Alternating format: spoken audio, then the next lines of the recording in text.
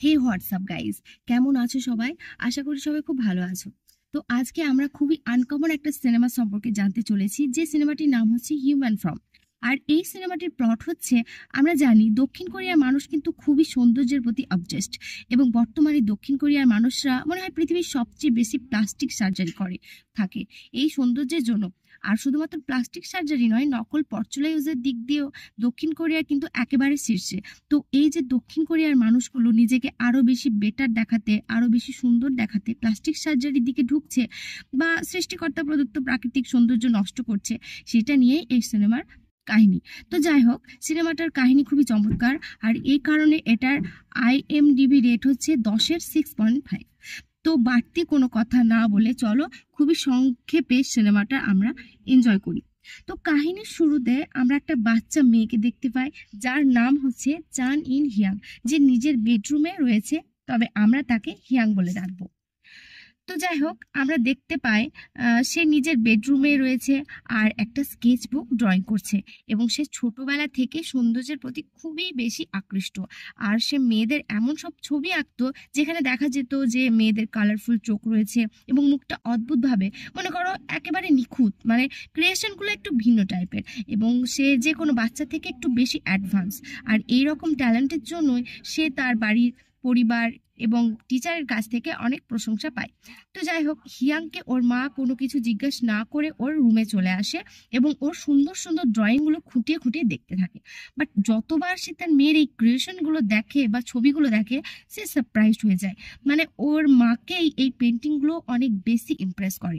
আর এই কারণে ওর মা ওর বেডরুমের ওয়ালে এই ছবিগুলো ফ্রেম করে দেয়, আর কিছু পেন্টিংসের মাঝে যেগুলো সে আগে এঁকেছিল, এবং প্রত্যেকটা ছবি আলাদা আলাদা, বাট থিমস গুলো একই ছিল। মানে চেহারার আকৃতি, চোখের কালার গুলো কালারফুল ছিল, এরকম আর কি। তো যাই হোক, এরকম এরপর হিয়াং করে কি, দেয়ালের দিকে তাকায় আর নিজের কৃতিত্বের জন্য স্মাইল করে। তবে এখানে কোনোভাবেই হিয়াং এর মায়ের ফেসটা শো করা হয় না। তো যাই হোক, এরপর বেশ কিছুদিন কেটে যায়, আর এরপর আমরা দেখি হিয়াং এখন অনেকটাই বড় হয়ে গিয়েছে। হাই স্কুলের পরে বয়স হয়ে গিয়েছে 16 বছর। তবে সে নিজের চেহারার দিকে নিয়ে খুব চিন্তিত ছিল, মানে চেহারা নিয়ে সে খুশি না।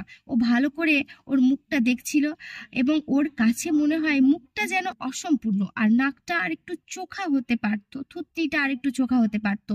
মানে বর্তমান সময়ে যে বিউটি স্ট্যান্ডার্ড জলাইন এসেছে, এক একবার এক এক ধরনের স্ট্যান্ডার্ড আছে।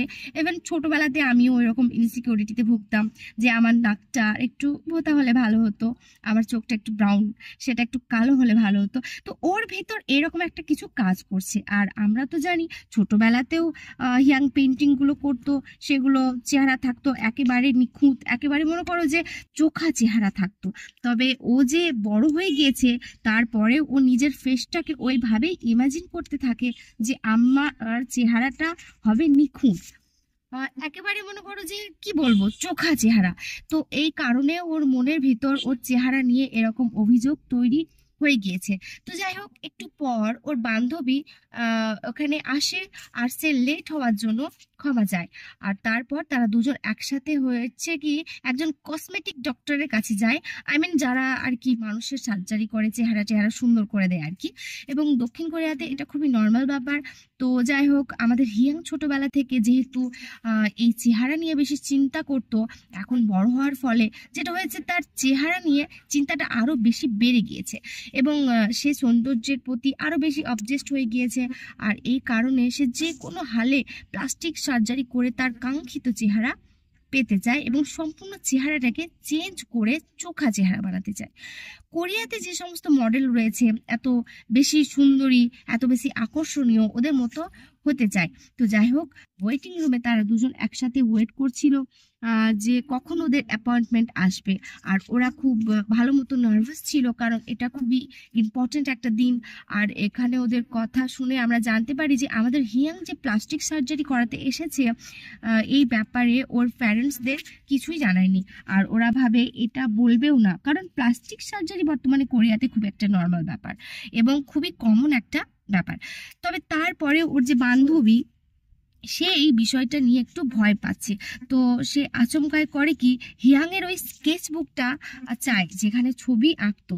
তো এখানে আমরা জানতে পারি হিয়াং বড় হয়েছে ঠিকই, কিন্তু এখনো ওই উদ্ভট টাইপের মহিলাদের এই ছবি আঁকে, মানে যেমনটা ছোটবেলায় আঁকতো। আই মিন ওই চোখা চেহারা হবে, নিখুঁত চেহারা হবে। আর যেহেতু হিয়াং এর এই স্কেচ বুকটা বা ক্যারেক্টারগুলো খুবই পার্সোনাল, এই কারণে ওর বন্ধুকে প্রথমে স্কেচ বুকটা দেখাতে চায় না, কিন্তু ওর বন্ধু বারবার ওই স্কেচ বুকটা টানাটানি করে এবং একটা টাইম সে করে কি, ব্যাগটা কেড়ে নেয়। তো জোর করে ব্যাগটা থেকে স্কেচ বুকটা বের করে নেয়, কিন্তু স্কেচ বুকটা দেখার আগে ভেতর থেকে ডাক আসে একটা নার্সের।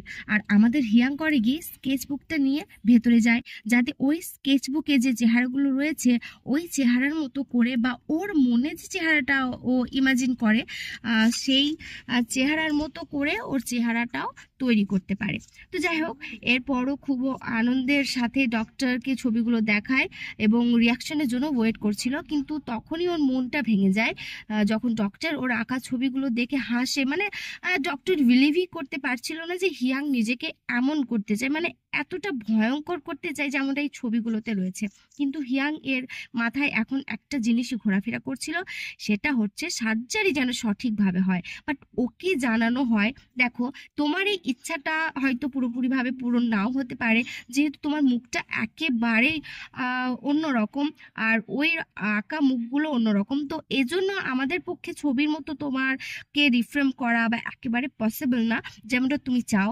তো এই জন্য ডক্টরকে পরামর্শ দেয় যে তুমি এই ইচ্ছাটা পরিত্যাগ করো। বাট হিয়াং এখানে থেকে খালি হাতে ফিরতে চায় না, কারণ এ কারণ যে ডক্টরের সাথে তর্ক করা শুরু করে দেয় এবং বলে, আমি যে ছবিগুলো এঁকেছি আপনার নিজের চেহারার সাথে মিলিয়ে দেখুন, আপনার চেহারাই তো এরকম। তো ডক্টর যখন এরকম একটা স্কুল গার্লের কাছে থেকে এই টাইপ কথা শুনে তার তো মাইন্ডে লাগে, সে ছোট হতে চায় না।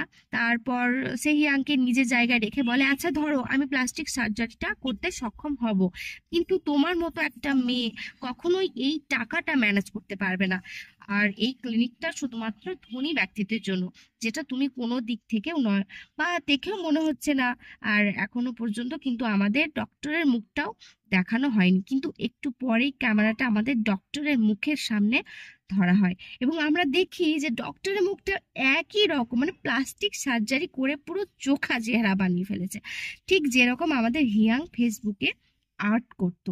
মানে মারাত্মকভাবে মডিফাই করা, তার চেহারা যেন চীনা মাটির পুতুল, এবং থুতনিটা মানে জলাইন, একেবারে ধারালো, প্রচন্ড সূক্ষ্ম, চোখগুলো কেমন যেন অ্যানিমেশন কার্টুন ক্যারেক্টারের মতো, নাকটা অস্বাভাবিকভাবে মনে করো চোখা, এছাড়া পাতলা ভ্রু, মানে সবকিছু মিলিয়ে একেবারে ওদের কাছে মনে হচ্ছে সেই লাগছে, একেবারে নিখুঁত। কিন্তু অ্যাকচুয়ালি দেখে মনে হচ্ছিল যে ভুতুড়ে পুতুলের মতো।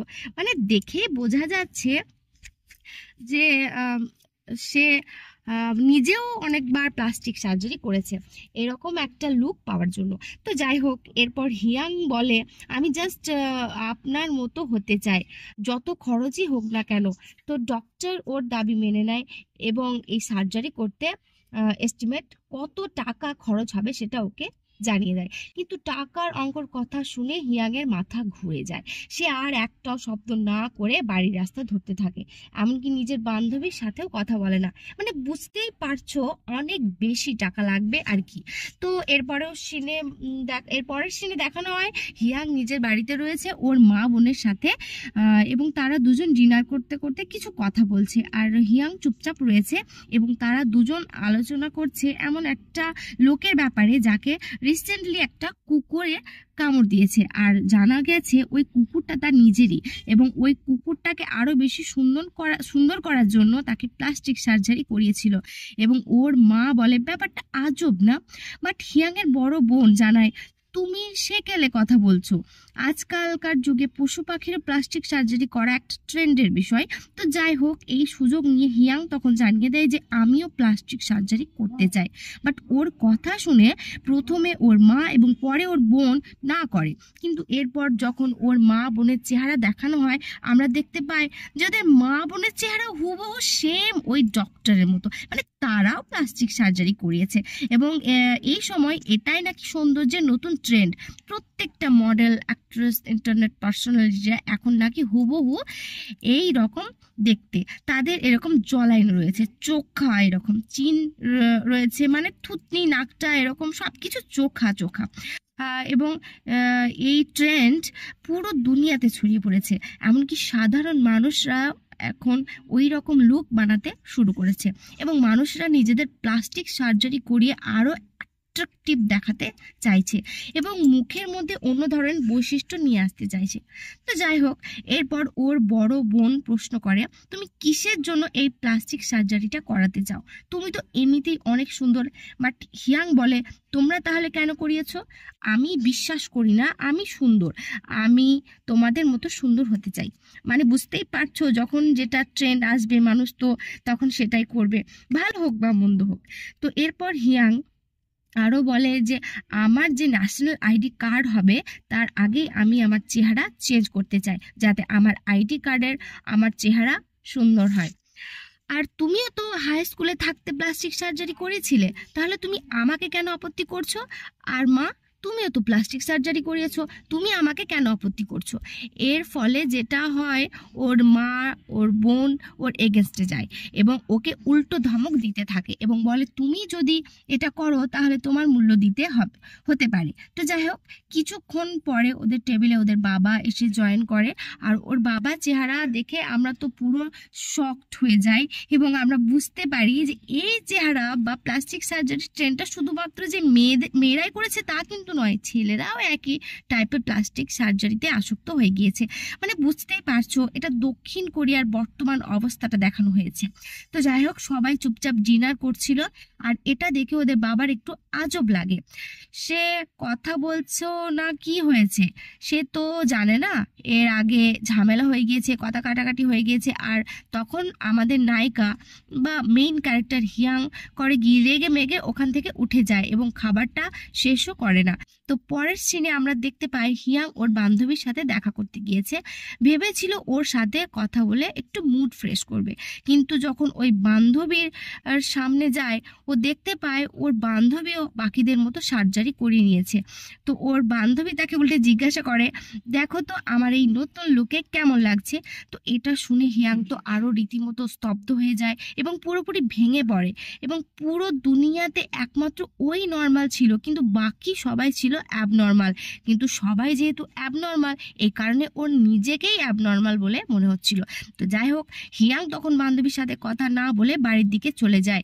রাস্তার মুষলধারে বৃষ্টি শুরু হয়ে যায়, তবে তারপরও ও বৃষ্টি থামার অপেক্ষা করে না এবং ওর মাথায় একটা জিনিস ঘুরছিল যে আমার চেহারা এত খারাপ এবং যে কোনোভাবে প্লাস্টিক সার্জারিটা করানো চাই। ও যখন হাঁটছিল তখন দেয়ালে একটা নোটিশ দেখতে পায়। অ্যাকচুয়ালি নতুন কিছু প্লাস্টিক সার্জন, ডক্টররা তাদের প্লাস্টিক সার্জারি নতুন একটা টেকনিক পরীক্ষা করার জন্য বিনামূল্যে মানুষদের প্লাস্টিক সার্জারি করার জন্য বিজ্ঞাপন দিয়েছে। আমি কি বলবো, পরীক্ষামূলক আর কি। তো এটা ফেলও হতে পারে, তবে তারপরেও আমাদের হিয়াং যখন এটা দেখে সে রিস্ক নিতে চায়, সে আরও সুন্দরী হতে চায়। তো এই জন্য বেশি সময় না নিয়ে ওই ফ্রি কসমেটিক সার্জারি প্রোগ্রামে সাইন আপ করে দেয়। তো পরের দিন সে ওই ডক্টর অফিসে যায় এবং ডক্টরকে দেখেও আমরা শকড হয়ে যাই। ডক্টরের চেহারাও দেখে পুরোপুরি প্লাস্টিক সার্জারি করা, আর যেহেতু ডক্টরের চেহারাটা এরকম, তো এতে হিয়াং আরও খুশি হয়ে যায়। সে হয়তো ভাবে যে ভালো সার্জারি করবে।